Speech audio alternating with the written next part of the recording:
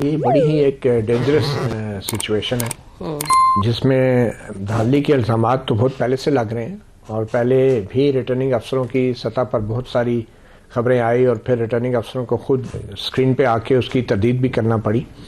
مگر یہ جو الزام ہے یہ بڑا ہی سنگین الزام ہے، کیونکہ اس میں کچھ سو کالڈ ویلیو ایڈیشن ہوئی ہے. اس میں براہ راست چیف جسٹس آف پاکستان کا نام لیا گیا ہے، چیف الیکشن کمشنر کا نام لیا گیا ہے، اور اس میں آلموسٹ پوری بیوروکریسی کو امپلیکیٹ کیا گیا ہے. اور یہ جو کمشنر صاحب ہیں لیاقت علی چٹھا صاحب، ان سے جب پوچھا گیا کہ فوج کے حوالے سے، انہوں نے کہا نہیں، فوج نے بالکل ٹھیک الیکشن کرایا، یہ ہم نے دھاندلی کی ہے. اب آپ یہ امیجن کریں کہ بظاہر اس میں فوج کو، اسٹیبلشمنٹ کو کلین چٹ دے رہے ہیں، ایک کمشنر، ایک سرکاری ملازم، ان کو کلین چٹ دے رہے ہیں، اور الزام اور سارے جو کنٹروورسی اور تنازع کا جو رخ ہے اس کو آئینی اداروں کی طرف موڑا جا رہا ہے. لگتا یہ ہے کہ اب جن لوگوں نے بھی یہ سارا کھیل کھیلا ہے، چاہے 2018 کے الیکشن تھے، چاہے 2024 کے یہ جو الیکشن تھے، اب ان کو اوور ویلمنگ ایویڈنس آ رہا ہے کہ وہ لوگ جو تھے وہ ملوث تھے اس ساری دھاندلی میں.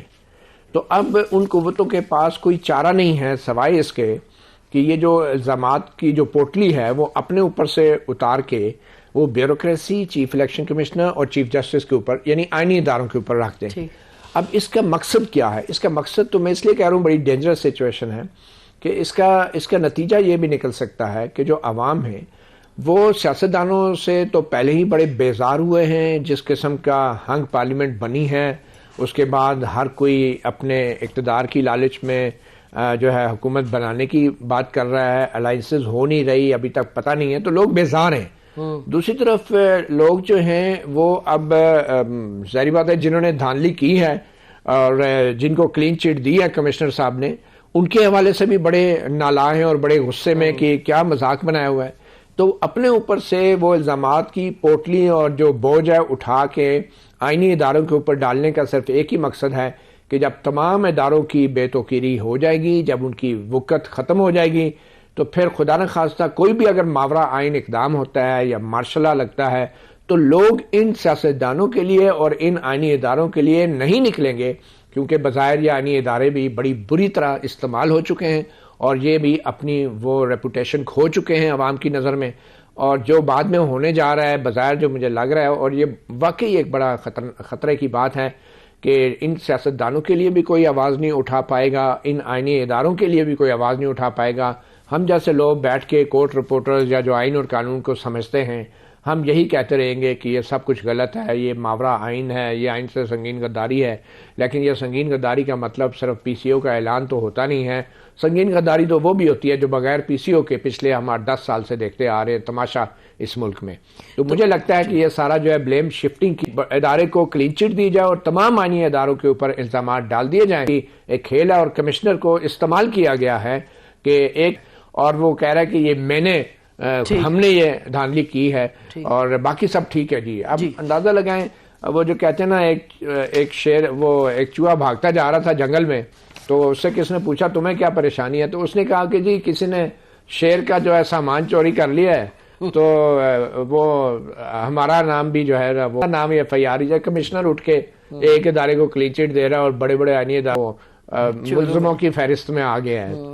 اب دیکھیں سجنا داروں کو بلیم لگا رہا ہے، تو یہ صرف استعمال ہوئے ہیں میں سمجھتا ہوں. اور خاص طور پہ جب ایک کمشنر اٹھ کے یہ کہہ کے یہ ادارہ تو بڑا اچھا ہے جی اور باقی اداروں نے یہ سب کچھ کیا، کون یقین کرے گا ایسے شخص کے اوپر؟ اور خاص طور پہ جب یہ ریٹائر ہونے والے، یہ بھی آپ کو فیکٹس پتہ ہوں گے کہ وہ 8 مارچ کو ریٹائر ہونے والے ہیں. گریڈ 21 کے لیے ان کا بورڈ تھا ترقی کے لیے. 6 فروری کو ان کا سلیکشن بورڈ کی میٹنگ ہوئی، نہیں ہو سکی، میٹنگ پوسٹپون ہو گئی اور 15 دن کے لیے پوسٹپون ہوئی. تو بہت سارے معاملات ہیں اور یہ شاید 8 فروری کو استعمال بھی ہوئے ہوں گے، بالکل ہوئے ہوں گے، اور اسی لالچ میں کہ شاید مجھے ترقی مل جائے اگلے 15 دن میں. اب مجھے لگتا ہے یہ مایوسی کی حالت میں اور ان کو پھر استعمال بھی کیا گیا. اچھا، پھر آپ نے تو پورا خاکہ کھینچ دیا جو آپ کے ذہن میں ہے کہ ان کو استعمال بھی کیا اور گیم یہ ہے. اور ناظرین ویسے 5-6 جو چل رہی ہیں باتیں سوشل میڈیا پہ، ایک نئی بات ہے کہ جی ان کے پاس پچھلے ہفتے انہوں نے ایک ویزا لیا امریکہ کا 5 سال کے لیے. مجھے نہیں سمجھ آتی اس سے کیا تعلق ہے اس کا، ویزے سب کے پاس ہے، ہمارے پاس بھی ویزا ہے امریکہ کا. پھر یہ کہا گیا کہ جی وہ شاید ان کی ذہنی جو حالت ہے وہ ٹھیک نہیں ہے. رانا ثناء اللہ صاحب نے کہا وہ میرے بڑے دوست ہیں اور شاید وہ دوائی وغیرہ لیتے ہیں تو چیک کرنا چاہیے کہ ان کی ذہنی حالت ٹھیک ہے یا نہیں. پھر یہ کہا گیا کہ ان کی جو بہو ہیں وہ پی ٹی آئی سے اس کا تعلق ہے اس لیے.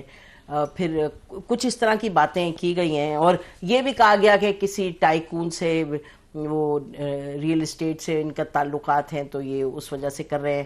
پھر یہ کہ ان پہ کوئی کیس چل رہا ہے. کرپشن کا کہانیاں بہت ہو سکتی ہیں لیکن جو بات انہوں نے کہی ہے اب اس بات پر کیا آگے کوئی انویسٹیگیشن